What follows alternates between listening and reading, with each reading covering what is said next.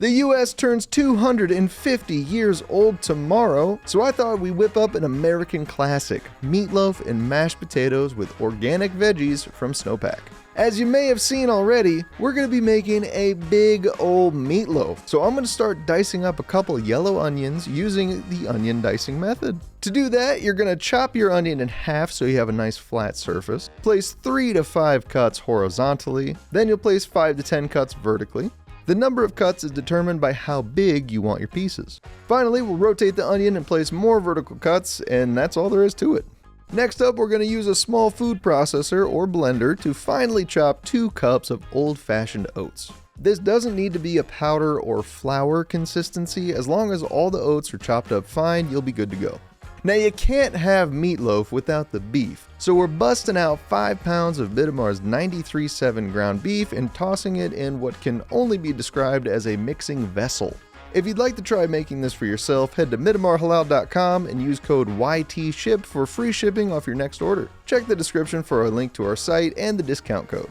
Season that with 1 tablespoon of coarse salt, 1 tablespoon of freshly cracked black pepper, 1.5 tablespoons of finely diced garlic. To start, we're going to use half the oats, and 2 cups of ketchup, and then we're going to mix it all up. And while I mix this up, could you give this video a like and subscribe to our channel? It really helps to let us know that you like what we're making. Once all the small, loose ingredients are mixed in, we'll add in the onions and mix it up again. Make a tiny little meatloaf patty and toss that in a pan and cook it all the way through.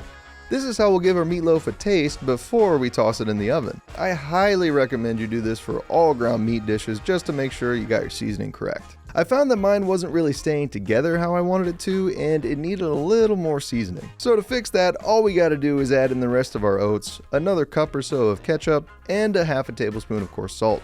After that adjustment, I decided my loaf was plenty meaty and seasoned, so we're pivoting over to our very large baking sheet. This baking sheet is an absolutely essential part of this recipe because the shape I'm going for is far too powerful for a simple casserole dish. I was going for geographical accuracy here though, and so I started with a big old batch of the meatloaf mix. That said, you're going to need to exaggerate the thickness of parts like Florida and the landmass around Lake Michigan. If you don't, it's going to shrink while it cooks and ruin our masterpiece. You're going to want to start by pressing this out into the rough shape of the country. I decided to start with the whole of the East Coast and then work my way up and around the Great Lakes area. Then I continued with the general molding all the way across until I hit the West Coast, adding meat as was necessary for sculpting. Then I got to the southern section of the US, and this is where things got a little complicated. I realized I hadn't considered the general size and shape of Texas in relation to the rest of the country and how it would look at the scale I was sculpting this. So we did some squishing here, a little squashing there, and eventually we got the country looking right. And I gotta say, I'm pretty proud of this. And don't worry, we didn't forget about Alaska and Hawaii. Now that our loaf is all molded, we gotta whip up the glaze.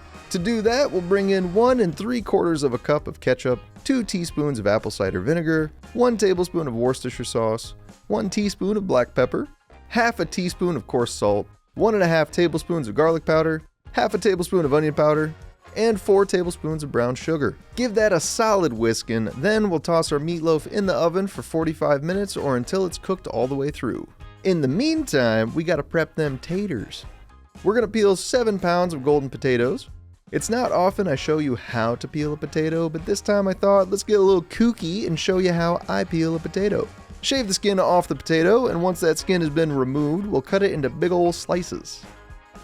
Toss that in your biggest pot and boil that until they're tender. For this amount, it took about 30 minutes or so.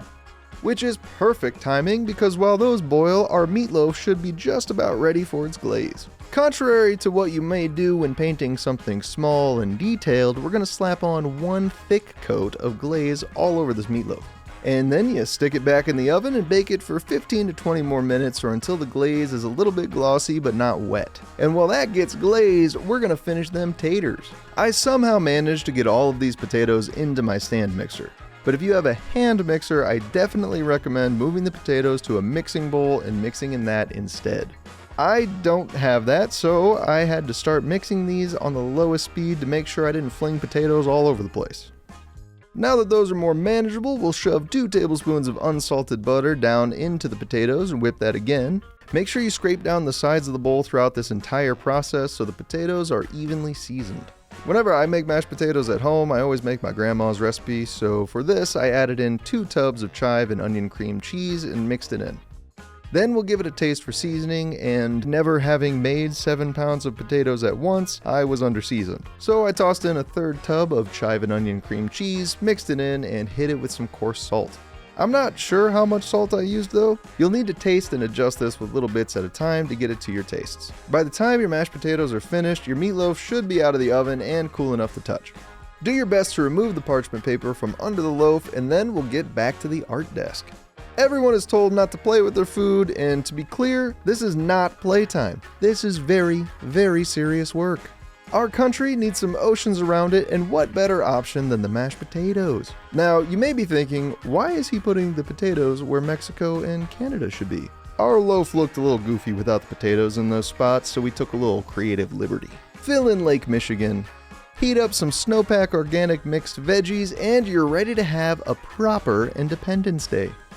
Happy July 4th, everyone! We'll see you next week with another delicious halal recipe.